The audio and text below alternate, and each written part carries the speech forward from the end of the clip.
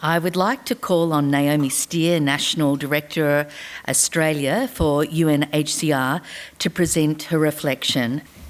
Philip has just said, not that I'm not special, but hurry up. Minister Lee and my good friend Sophie Costas, who I've known for many years and a great representative for Canterbury. Coming here, I must say I'm very glad to be welcomed into Cousin Amit's Garden of Humanity. I was a bit of a wilting flower before I came here, I've met, but with, as many of the other speakers have said, with the sort of beautiful nourishment of readings from the Quran, the beautiful music, the reflections, Tracy's wonderful address, I really feel energised and thank you all for that. As some of you might know, I'm the National Director of Australia for UNHCR, the UN Refugee Agency, and it's a job I've had for it's my 21st year now, since I founded the organisation in Australia.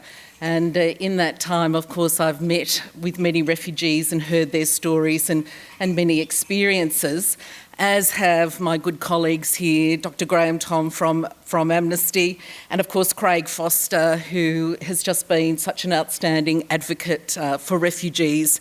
And I'm sure there are many other people here tonight who have really made a difference in the lives of the displaced. When I reflect on that role and Ramadan and tonight, a number of things come to mind. In 2013, I was standing on the border in Jordan on a ridge, a burn made by the army, looking at struggling refugees coming across the no man's land from Syria.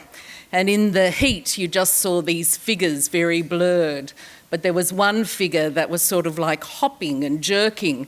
It's 5 kilometres, a long way to come as humanitarian staff who I was with and the Jordan Border Control. You cannot cross over till people have literally come across the border.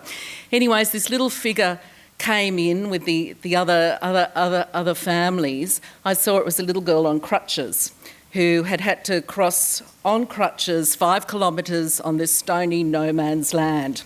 And as she got in sight, just near the ridge where we were, an aid worker went up and lifted her up. I've got a photo of it that I took. And it was a moment for me, I wouldn't say life-changing, but it was the moment I understood very personally what it meant to be a refugee. As she came over that burn, she lost whatever protection she would have of her host country and into the unknown arms of a host country and really reliant on nothing. And as she came over, she then was sort of just sitting in the dirt contemplating what was her future. For Ramadan, and this has been quite a special one for me, as some people here know, and I've got UNHCR's Islamic Philanthropy Ambassador Peter Gould here. We helped launch our Zukat, UNHCR Zukat Fund earlier on. And through that, I've just been welcomed into the community and actually had the pleasure of, I won't say too many, but I'll be going on a diet soon too, if I didn't need one before.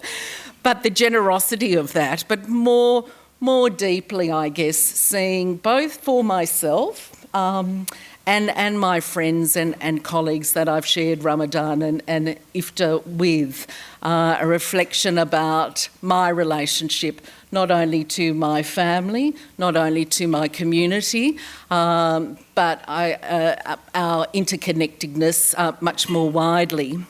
For me, I know tonight in a couple of hours, there'll be many refugee families breaking bread for Iftar, but in much more modest circumstances.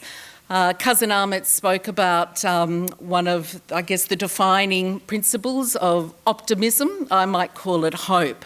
I think one of the things that I have continued for my 20 years is that I'm always hopeful, because in my work I see sometimes the worst of humanity, but I certainly see the best of humanity.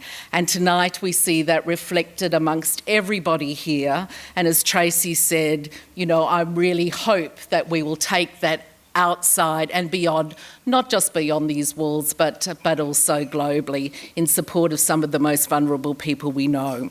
So thank you again, a deep privilege for having me here, Amit.